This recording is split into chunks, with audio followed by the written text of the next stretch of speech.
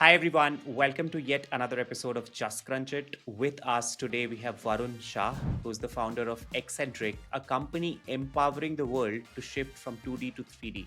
If you're listening from India and have purchased a car anywhere in the next last 4 or 5 years, or maybe even if you are sitting abroad and you have played with car websites, chances are you have interacted with Eccentric, and we are going to tell you how.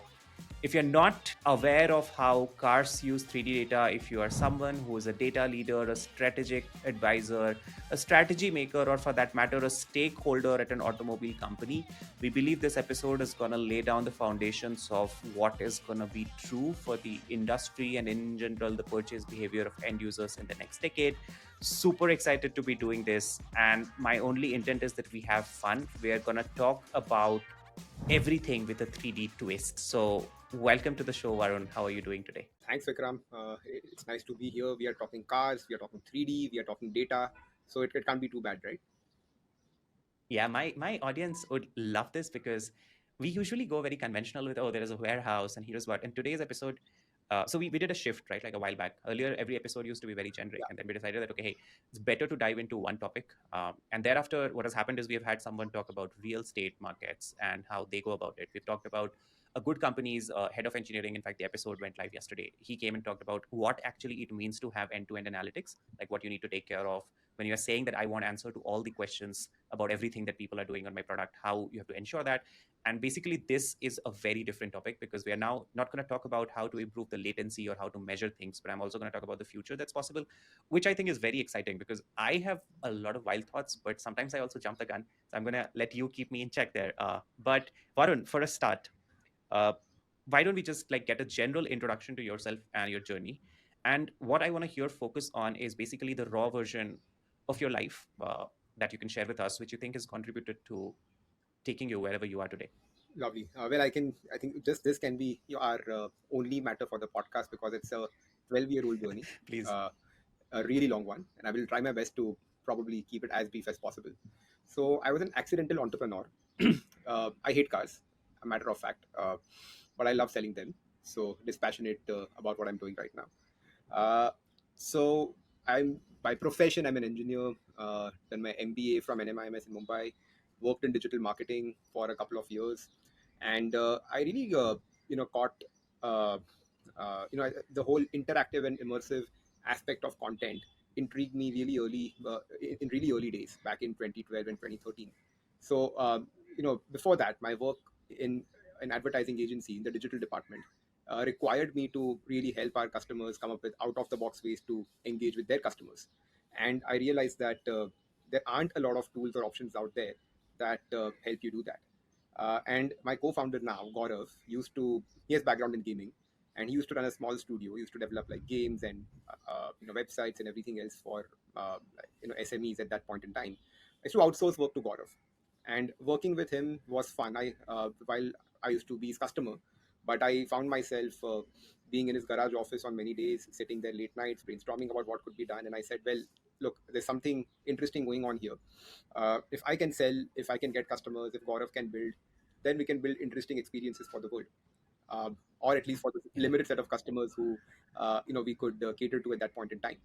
So without any approximation of what business would look like, we just said, okay, these are a few brands who could work with us, that will pay our salary for the next 3 months, and we're happy with that.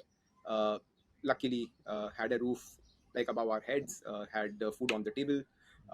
So I would say yes, partly privileged, but not completely, and that's how we started. So that's how Eccentric started. So the first 3 to 4 years of our journey was purely service based. We worked with brands Hmm. across genre, not only automotive but FMCG, pharmaceutical, BFSI, everything. Where we found ourselves making engagement platforms which their regular websites could not address. So these were Yeah. apps, Yeah. games, retail activations, and whatnot. Uh, Decently profitable, worked with got good labels, got good logos on the roster. But of course, this was always a more of a hobby project, which was there for 3 to 4 years. And automotive happened again by accident.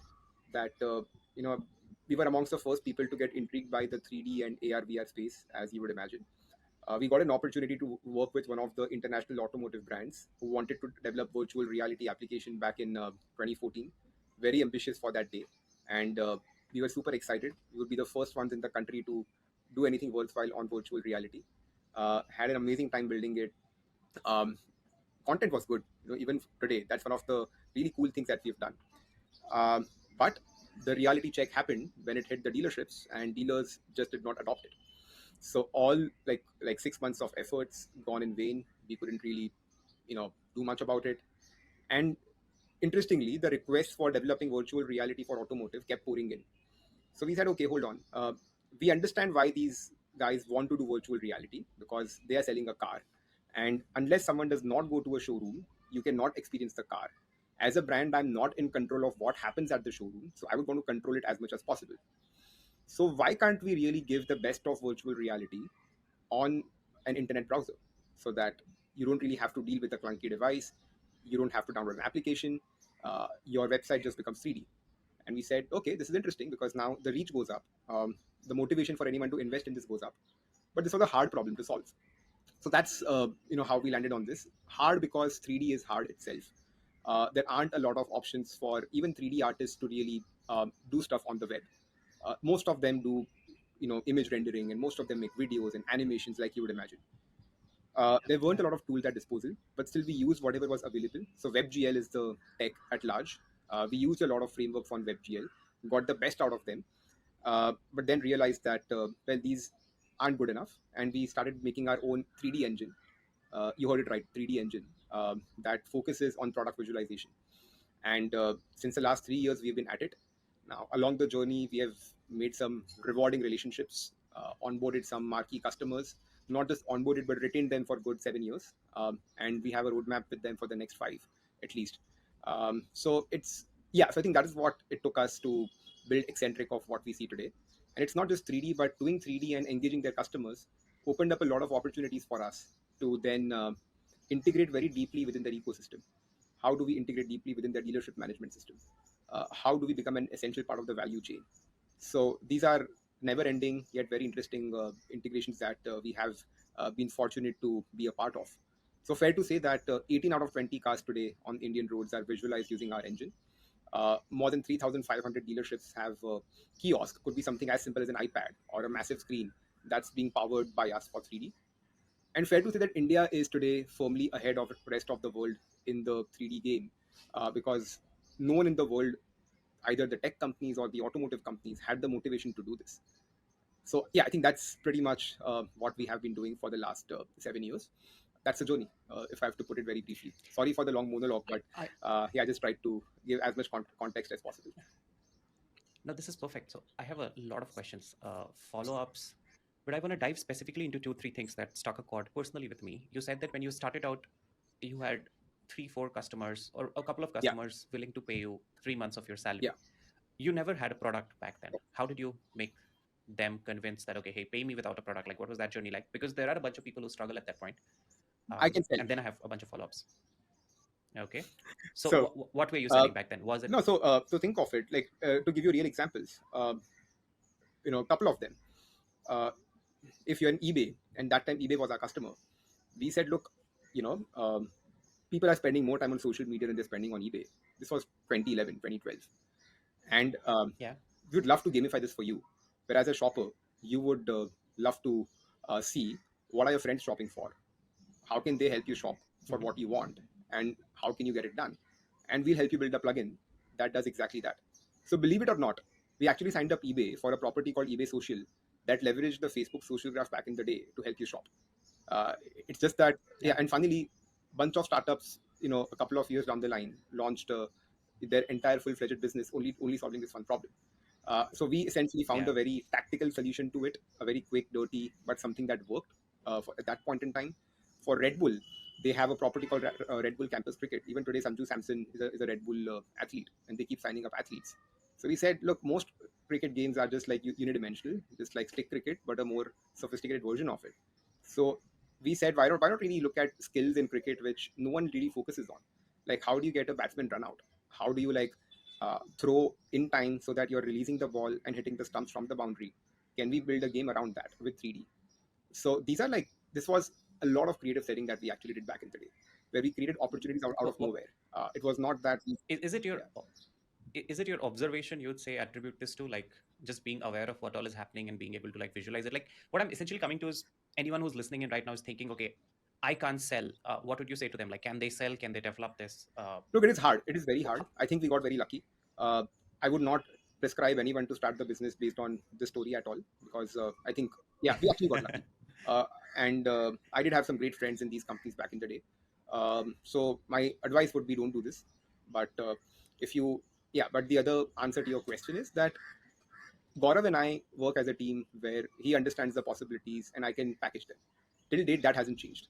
So, our competition around the world and any other people can have SDRs and salespeople and everything else. But here, it's like a customer throwing a problem, and two founders and our team, core team, sitting in the room and saying that, okay, let's turn this around in like 48 hours. And, we actually do that.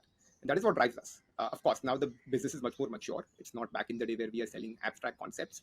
But to give you an idea, during COVID, um, when people were not able to go to the dealerships and companies were desperate to do something so that they could still have their connect going with their sales executives at the dealership, we essentially introduced something called concierge, which is a 3D co-browsing experience where you could Yeah, just get on a 3D. It's like a multiplayer game in 3D where you are engaging with the seller, and um, the seller helps you make the right decision.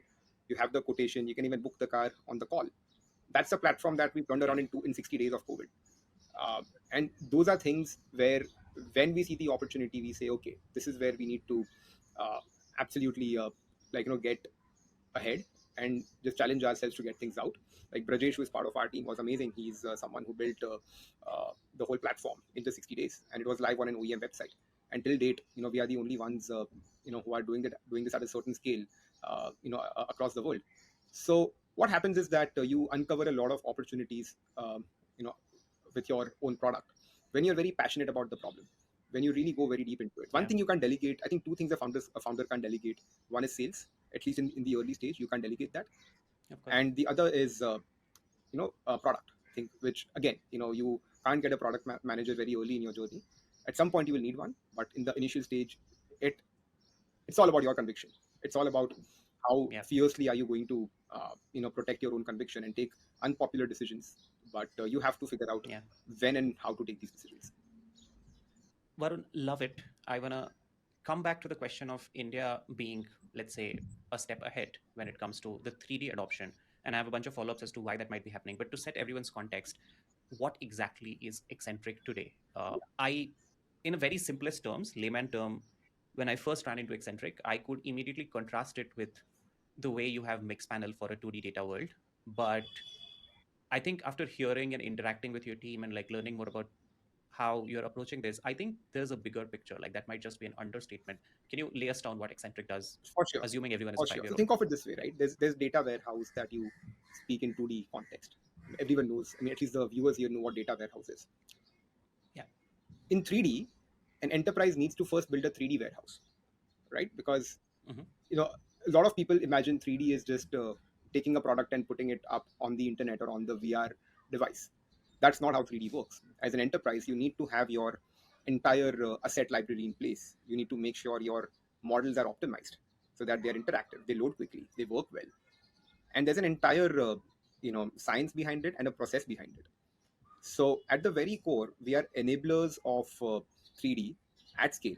Uh, Fair to say that a lot of 3D programs that our customers started before they onboarded us ended in a quarter or in 6 months, or could be lesser than that, Yeah. because it's just exhausting for them to do it at that scale and use so many softwares and make so many outputs. Then you are justifying the ROI and everything else. So very early we said, okay, let's just have the base ready, because nobody else in the Yeah. world has that. So we spent a lot of time perfecting our 3D process. Even now it's not perfect, but I think it's better than what it was 2 years back or even before that. That's the first step. The next one is to say that what is it that we can do to uh, really appeal to people and engage to people over and about 3D. So that's where comes our 3D engine. You've heard of Unreal Engine and Unity. A lot of you are gamers and you would know these words. The fact is that these are Yeah. made for console-based games. They aren't made Yeah. for for web. Uh, the only way you can use Unreal on the web or Unity on the web is to stream it from the servers. And Yeah. we said that doesn't work because it's very laggy and it's too expensive, and that's true.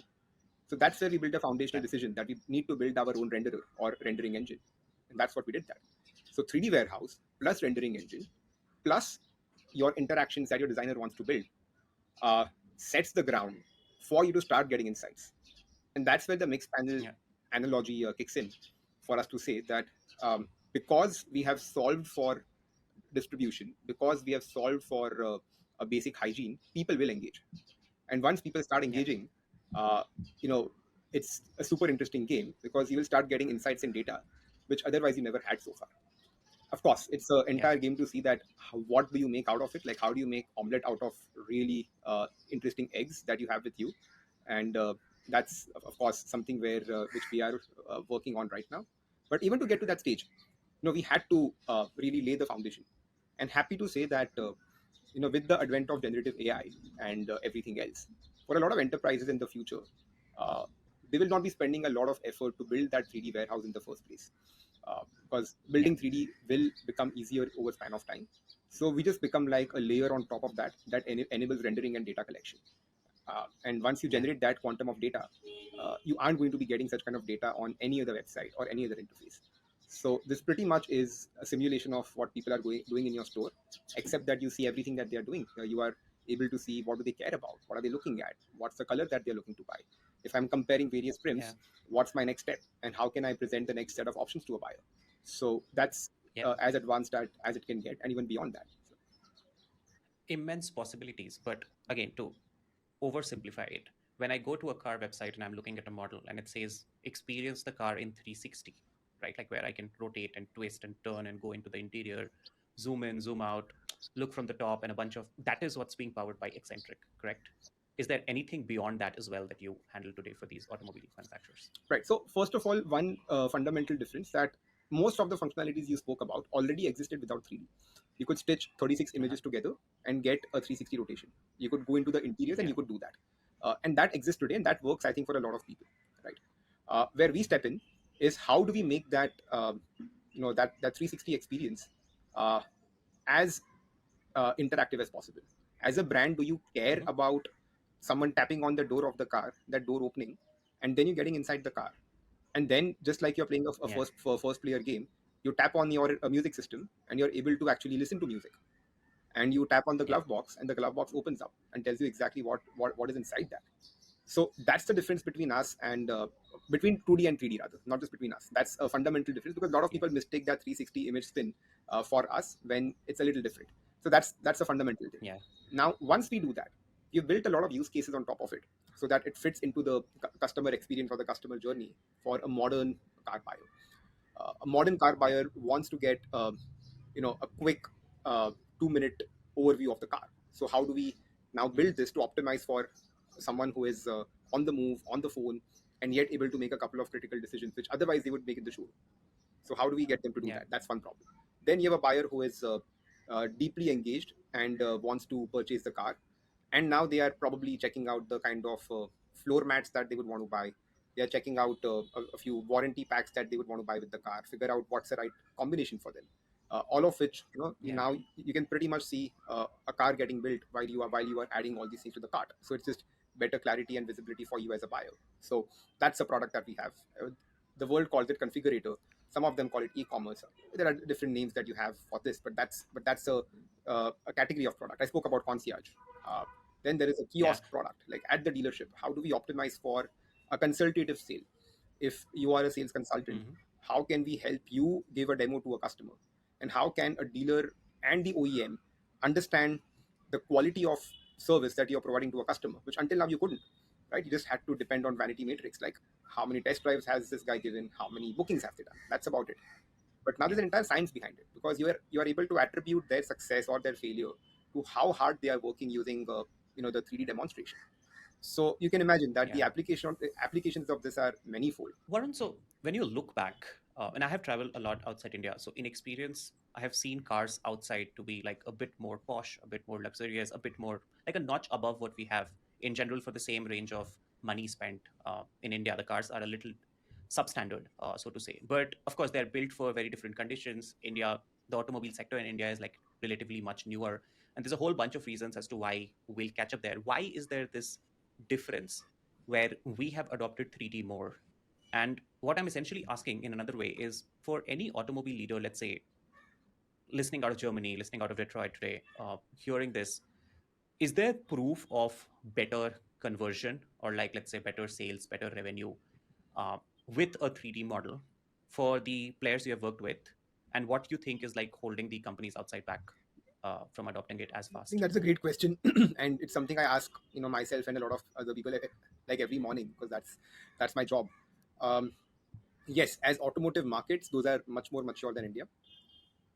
Um, and if I see that from a point of view of conversion, not one, but every single customer we work with has recorded larger conversions from their 3D audience compared to others. This is not a hypothesis, this is a fact. Yeah. Even the ones in Europe who have tried doing 3D in a limited capacity have realized the right results. So it is not Hmm. that they haven't done 3D. The question is, how have they done 3D?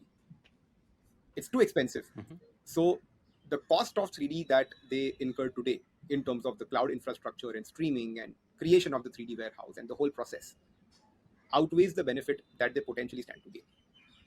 Yeah. That's what we are solving. That not only are we Hmm. giving a high quality visualization, but we are giving it in a way that an OEM doesn't have to think twice before distributing it. You're not going to Yeah. be, surprised with a, 5 figure or 6 figure dollar bill every single month just because millions of people are using it. A lot of other Yeah. technologies which are streaming based speak in terms of thousands of people a month, whereas in India we already speak about millions of people a month. So I think that Yeah. is the big difference between what's happening in India versus what's happening in the other parts of the world. And of course, in general, India by a lot of enterprises is seen as a corner case. That's Yeah. something which we live with. Um, a lot of products that work for India are perceived to work well in India, and that's one of the uh, perception changes that we are, working on uh, every single day to say that, look, Yeah. buyers are same around the world. All of them deserve a great experience at scale. Yeah. Uh, they shouldn't be deprived of clarity that they deserve before they are making the biggest purchase decision of their lives. So Yeah.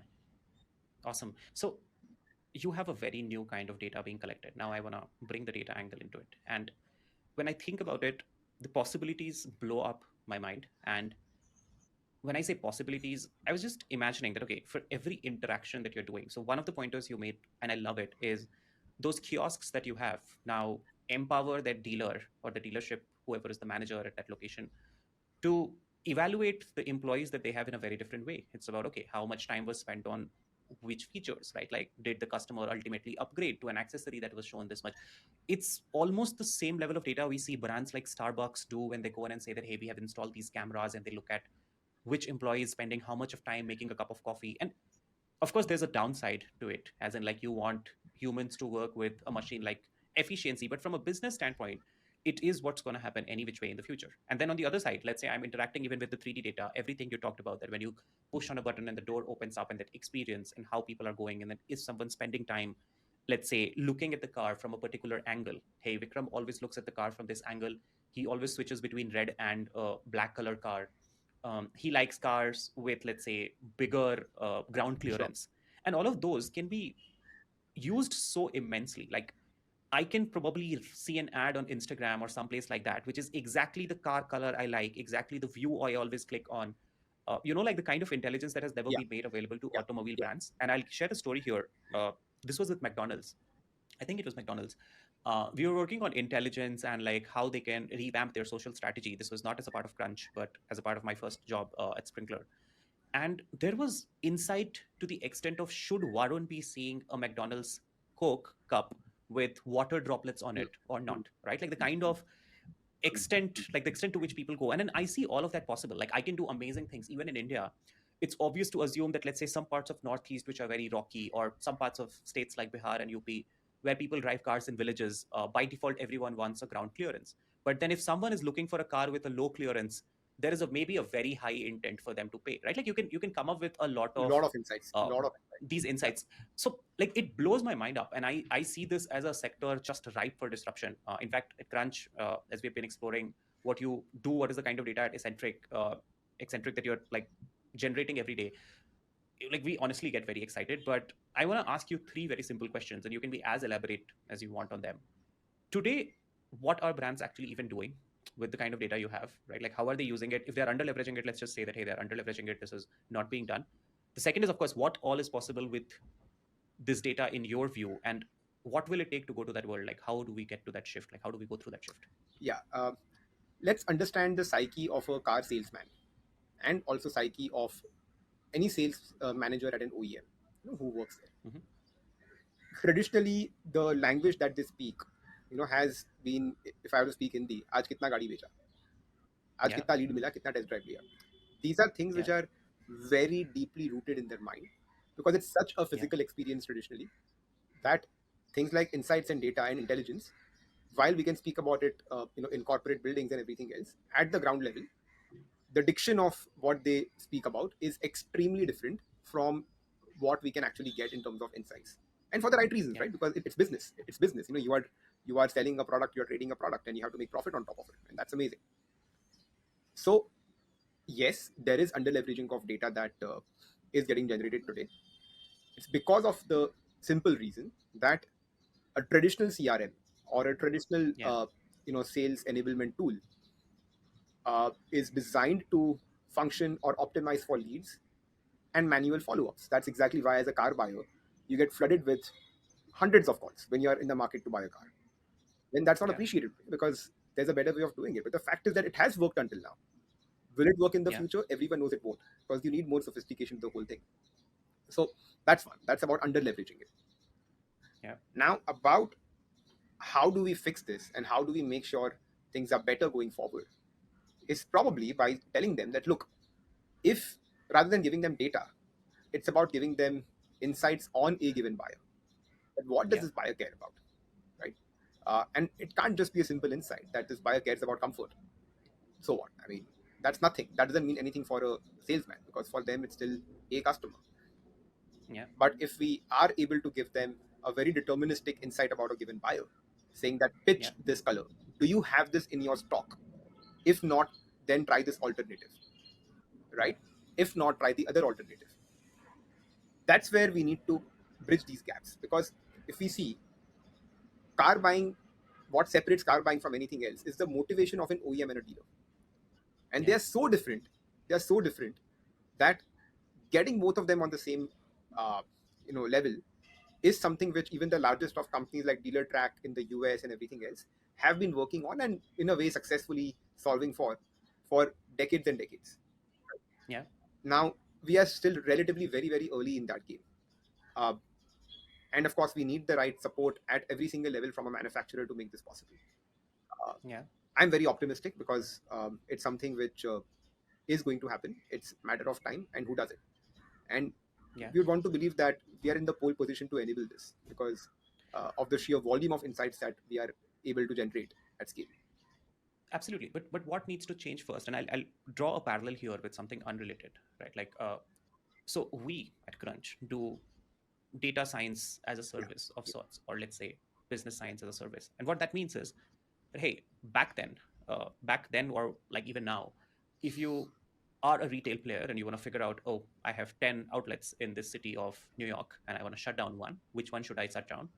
You can't answer that question on your own. You'd always call a data yeah, person up, say, yeah, hey, do yeah, this for me. They would do so much of churning of data, pattern mapping, and so on and so forth. And then they would come back with a report a week, 2 weeks later, where you can make a call based on that, or maybe you have some follow up questions.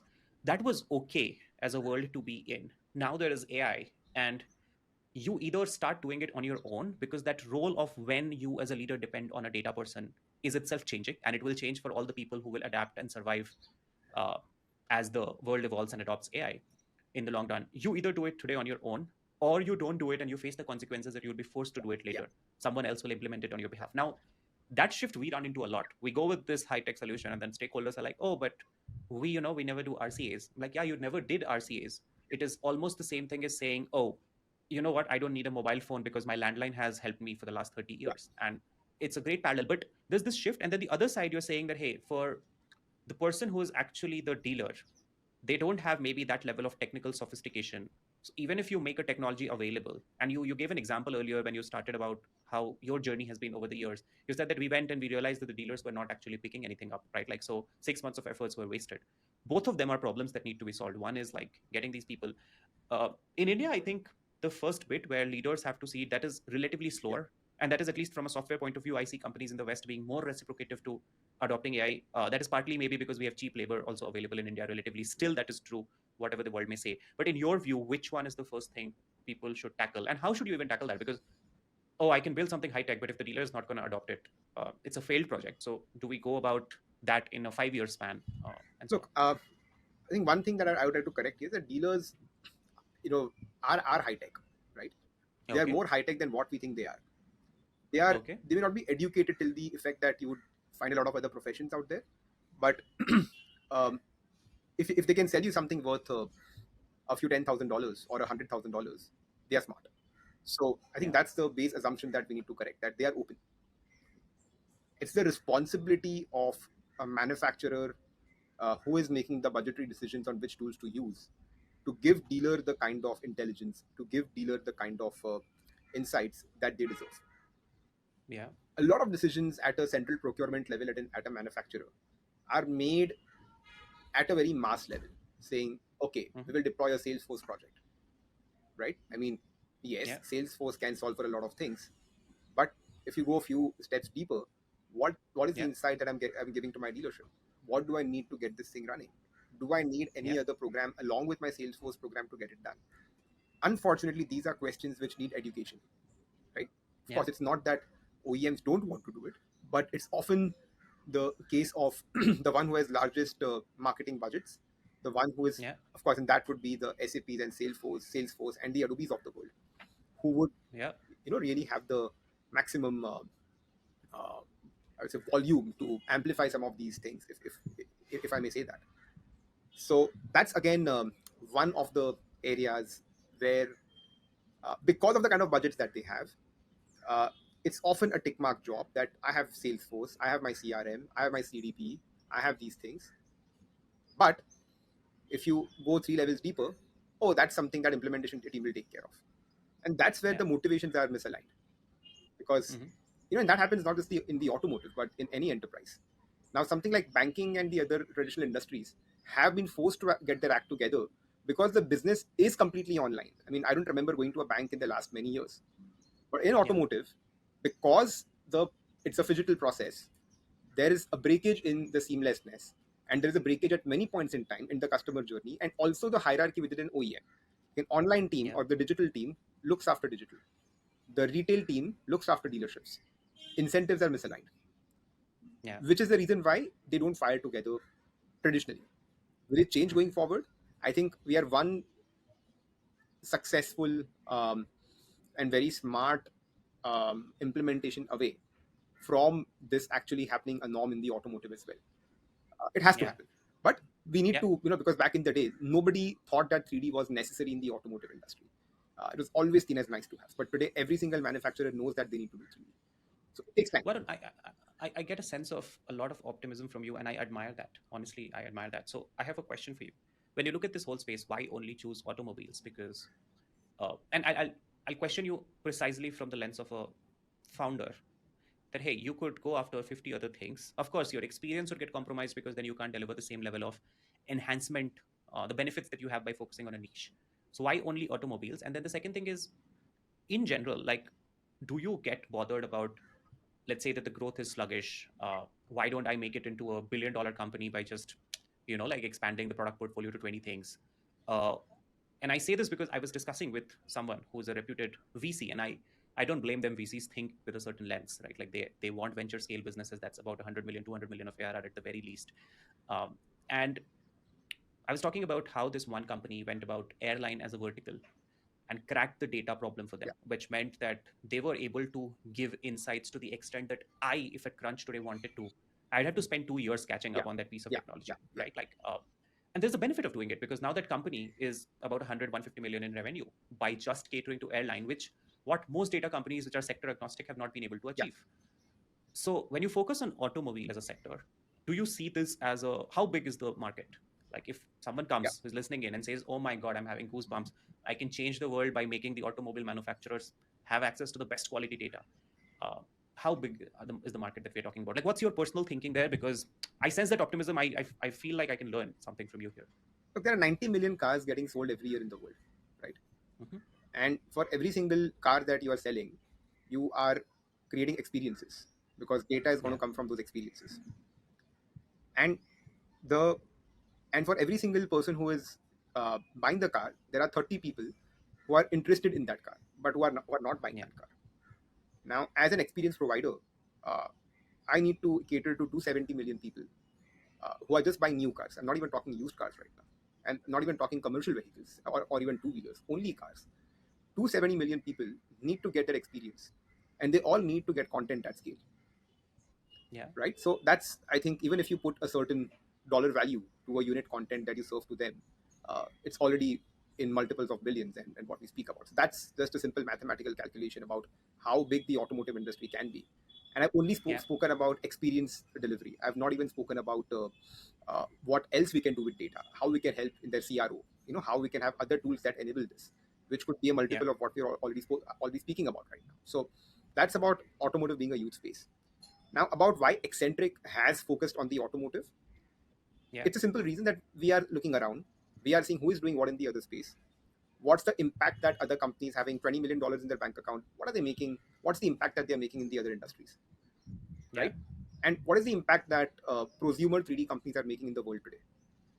yeah, Um, and our sense is that automotive is going to pave the way for how world is going to explore 3D, yeah, right?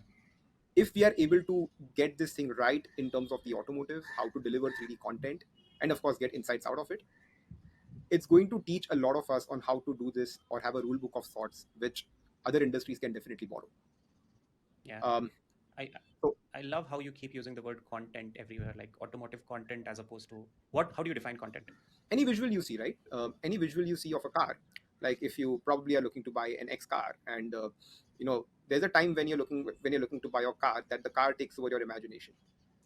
You want to see, is there any other better color? Should I upgrade to a better trim? Should I do something or the other? And you just want to, like, you know physically visit the showroom once again with your family, just to make sure that you are doing it right, and get opinion from a lot of people. Now, today, of course, it will always remain a physical process in many ways, but if we are supplementing that physical experience with something that's always on your fingertips, where you are just able to not leave anything to imagination, but give the right context to people to just explore and take that decision faster. That's what content can do. So that's how we look at content. It's not just a 3D spin, What but it's, was yeah, it? Was it easy getting into automobile sector? no, Because no, could you talk about that? Because again, like that is where a lot of people uh, have an expectation mismatch. They think, oh, I can just walk into the showroom of Hyundai and like get $1 million deal, and then you realize that okay, you're not able to even knock on the right door 2 months after trying. What's the it's hard. Again, I think we got lucky. Don't try this at home. It's unless, of course, you are one of the few patient people in this world. It's hard, man. It is really, really hard. It is, honestly, if your objective is to build $100 million company, or build a venture fundable business, there are thousands of ideas that are going to get you faster than the automotive. But if you care yeah, for a given problem, and if you care for something to be done, and if you're carrying a unique insight that's going to make you successful, then welcome to automotive. But in a way, we awesome, are running a uh, digital age, or I would say a futuristic tech company in industrial era. That's what we are doing today. yeah. Uh, But again, Varun, I want to ask you one very borderline sci-fi sure, question. Not sci-fi; it's no longer fi, but sure. uh, so someone in Detroit might be sitting and thinking, oh, this IoT era. I have these automatically driven cars, like driverless cars, with all sorts of intelligence, right? Like you're getting through these experiences where, oh, the future is going to be people not buying cars. It's going to be people sharing cars and like these pods coming to you, right? Like very futuristic things that you keep hearing about. The second is one Tesla can talk to the next Tesla on the road Yeah, on their own, right? Like, and there's a lot of information sharing that can happen yes, there. yeah. I'm sure you have very like thought about it very deeply. Do you think there are more possibilities that open for you as a player as that future comes in. 100%. Because if you speak about ride, sharing, if you speak about even flying cars, or if you're speaking about joint ownership of cars and a lot of other models that we keep speaking about today, uh, the more people consume a car today, people buy a car once in 3 years on an average. But moment this becomes a weekly decision, that's when you just want to make sure that this week when you are going out for a family weekend getaway, you have the right car for you. uh, Similarly, if you're going on a date tonight, and if you can actually choose from like 5 cars, and you can like pretty much see that which is the one that you would rather go on, that would be so cool, because that is something that would really make the space uh, way more exciting than what it is today. So I think all these things actually blend into this. All these things eventually blend into the need to show. Yeah, Because I mean, I was just discussing this with one of our customers, that, and we just coined this one term, that a car unseen is a car unsold. And that won't really matter which industry you are in, because that's or how the industry dynamics are going to work. I mean, there's actually something that I share a joke with one of my favorite customers. We call it car. The fact is that it's one okay, of these things where you're just happy going on the internet, on Instagram or anything else, just looking at what's happening out there. Like, I mean, it doesn't matter if it's a mass car or if it's a luxury car. Everyone loves to see pictures of car, and car exists, right? And yeah. yeah, so that's pretty much, car will always exist. I have had friends, and I've never shared this, at least on the show. So, and I admire that guy, right? Like, so he's right now in Italy, I think working with Ferrari. But there is a journey of about almost 10 years where he struggled. He would sit, so I graduated from IIT Guwahati, and when we were doing that, we would be taught like these 3D softwares, right? Like, so of course, when you have a 3D software, the first thing you think you can build is a car, and we would like render these very high-end cars, and like as designers, we had the aspiration of, oh, let's take inspiration from a water droplet, right? Like, we did not care much about aerodynamics and all the principles and engineering aspects back then. We would make these super fancy-looking cars. That was a phase, and then we all stopped doing it. But then there was this one guy who just got into it. He was like, oh, I'm enjoying it so much. He started sketching cars and doing whatnot and whatnot, and we all graduated. He never went for an internship, never went for never went for an internship that was not related Yeah, to cars, right? Like, and he was like, oh, I'm going to work for this guy, people you've never heard of. His friends may be earning like somewhere in the US, they are maybe making $500,000 in the first year, second year of their jobs. He's still like, oh, I'm okay. And you could sense, like, I could see that he was like so passionate about it. And I have been lucky enough to have two such friends like this. And then after 10 years, he just called me up one day and he was like, Vikram, I have gotten a job at Ferrari and it's my dream that's come yeah. true. Now he has a lot of opinions on how his journey is, but I agree to it. I have seen people who are fanatic about cars, and yes, car porn exists. So that is 100% there. Varun, I think we should wrap this now because I could talk for over an hour Yeah, about a lot of fancy things that are coming into my head. But on a closing note, is there any learning you want to leave our audience with? Could be your life, could be business, could be data, could be anything, could be Let me speak spirituality. about data in this case, because I think that's what the audience here cares about the most. While we don't position ourselves as a data company, of course, data is a really important outcome of what we do. But what has been driving us, what has been driving our product development and everything else, is really caring for what are people doing with our experiences. How many people are looking at this? How many people have this? Where's the friction that we are having in the journey today? Uh, so I would say that data is something which everyone says data is oil, and blah blah blah. That's something that we've all heard about.